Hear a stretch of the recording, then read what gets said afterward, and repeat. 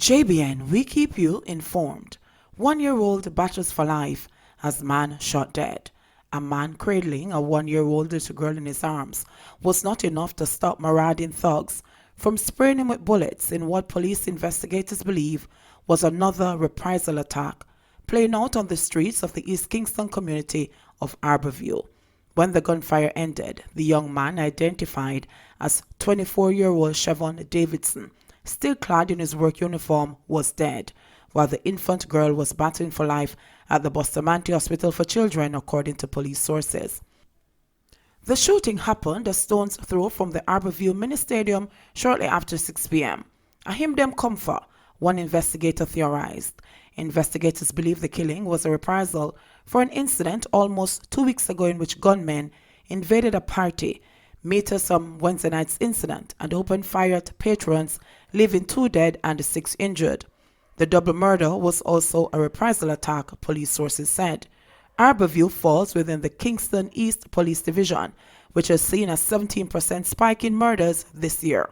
According to the last figures published by the police, the Kingston East Police have recorded 74 murders compared to 63 for the corresponding period last year. Residents and police sources indicated that the young man never stood a chance against his killers, who waited for him several minutes inside a car that was parked along Riverside Drive. Him just come from work and have the baby in him hand, and as soon as they see him, both 2 of them come out with guns and start shooting, said one resident who requested not to be named. Between January 1 and the last Sunday, 1,273 people have been murdered across Jamaica, a 2.9% increase when compared with the 1,237 homicides that were recorded over the similar period last year. Mentally ill man shot dead after allegedly stabbing cop. A man said to be mentally ill was fatally shot after he allegedly stabbed a police officer during a dispute in Lilyfield near Bamboo St. Anne on Wednesday. The deceased has been identified as 43-year-old Samuel Brown. Reports are that sometime after 7 a.m., police officers responded to an incident in the area where it was reported that Brown attacked a relative with a machete. During efforts to apprehend him, Brown reportedly pulled a knife, chased one of the lawmen, and stabbed him. The officer then took evasive action by shooting Brown, according to the police. Both injured persons were assisted to the hospital, where Brown was pronounced dead while the policeman was treated and released. The Independent Commission of Investigations, INDECOM, has been notified of the incident. A police probe is also ongoing. MP expresses shock at BPO employee's murder. Julian Robinson, Member of Parliament MP for St. Andrews South East, which includes New Kingston, has expressed shock at Wednesday night's brutal murder of 20-year-old Kimani Wright, an employee of Ibex Call Center in New Kingston, St. Andrew. Wright was among several employees who were held up by robbers in a car park on St. Lucia Avenue shortly after 10 p.m. According to Robinson, preliminary reports indicate that Wright was robbed of his cellular phone and shot by his attackers.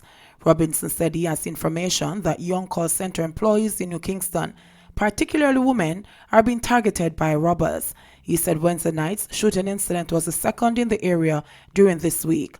Robinson expressed condolences to Wright's family and colleagues and called on the police to move swiftly, not only to bring the killers to justice, but to ensure adequate protection for call center employees in New Kingston and elsewhere, particularly those who work on late night shifts.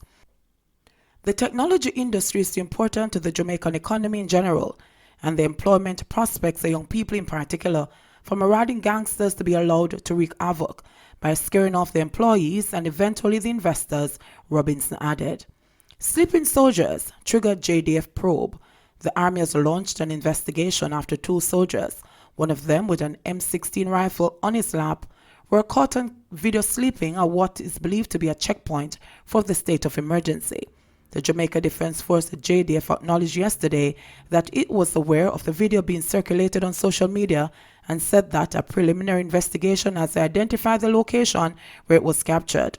However, JDF's Civil Military Corporation officer, Captain Gladstone Fisher, sidestepped questions about whether the soldiers have been identified. It is an ongoing investigation, and we don't really wish to comment until the investigation is completed, he said.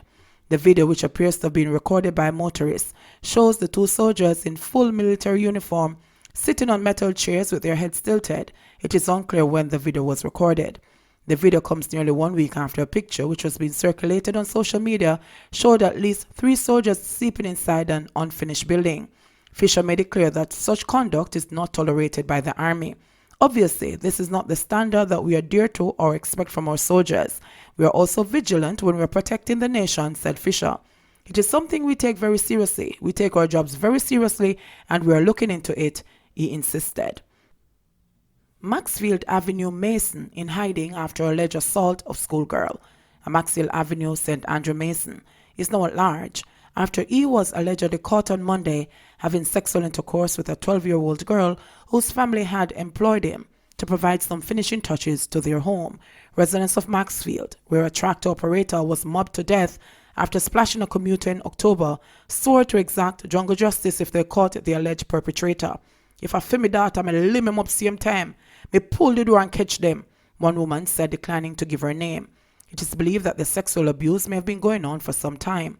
According to information received on the day in question, the child, who is on Christmas break, was downtown with her mother. The child reportedly fell ill and was sent home. Soon after she returned home, a relative was said to have heard strange sounds coming from a room about 2 p.m. and was alarmed at the discovery. Them fly the door and catch him naked and the little girl had under the bed.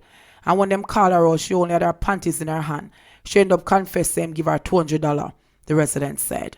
An official at the Center for the Investigation of Sexual Offenses and Child Abuse confirmed that a report of the incident had been filed. A 10-year-old girl who spoke said that she was terrified.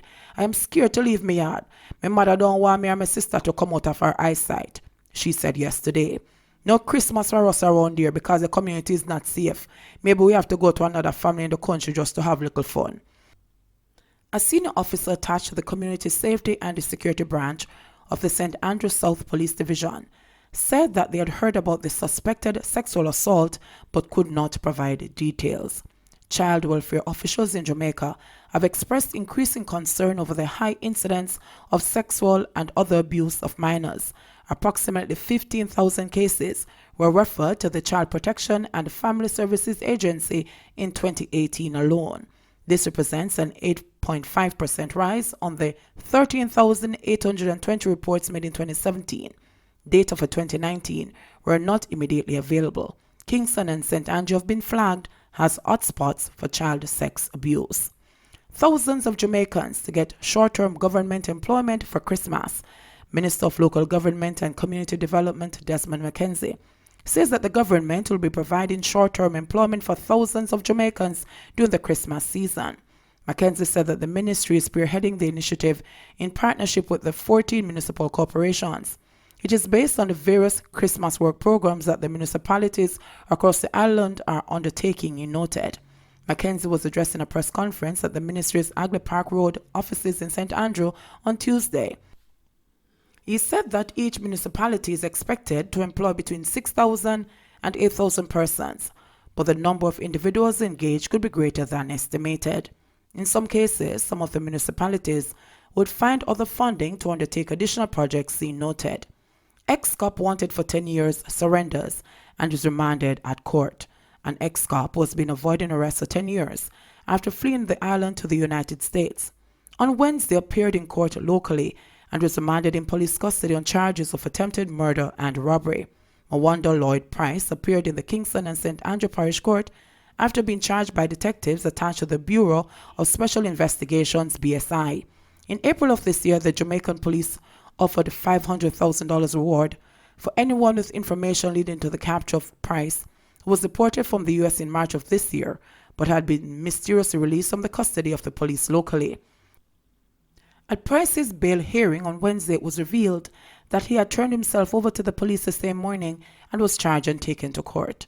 During the hearing, detectives from the Independent Commission of Investigations (INDECOM) opposed bail on the grounds that the ex-cop was a flight risk.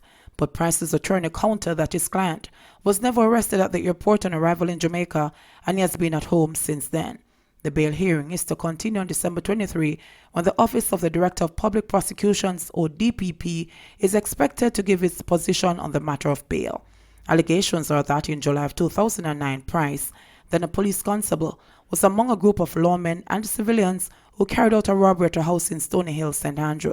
However, a dispute allegedly developed over the sharing of funds from the heist, and a civilian ended up being shot several times in the upper body by the cops and was dumped in a gully. However, he survived the ordeal. The cops, including Price, were later pointed out on an identification parade. 2 other officers who were charged with attempted murder and wounding with intent were freed of the charges 2 years ago. In August 2009, Price was admitted to the U.S. legally with a non-immigrant visa with authorization to remain in that country until February 7, 2010. He failed to depart the U.S. as required, and in August 2015, Interpol issued a red notice for Price for the aforementioned crimes that were allegedly committed while he was a police constable in Jamaica. In August 2017, ERO headquarters in Washington, D.C. advised ERO New York that Price may be living in the New York City metropolitan area. On November 22, 2017, he was arrested in the Bronx, New York, by ERO deportation officers assisted by ERO New York Special Response Team operators on immigration charges. In September 2018, Price was ordered removed from the U.S. by an immigration judge. On March 12, 2019, an appeal of that decision to the Board of Immigration Appeals BIA was dismissed, paving the way for his removal to Jamaica. JBN, we keep you informed. Please remember to like, subscribe, share, leave us a comment, and click the notification bell to receive our daily news items.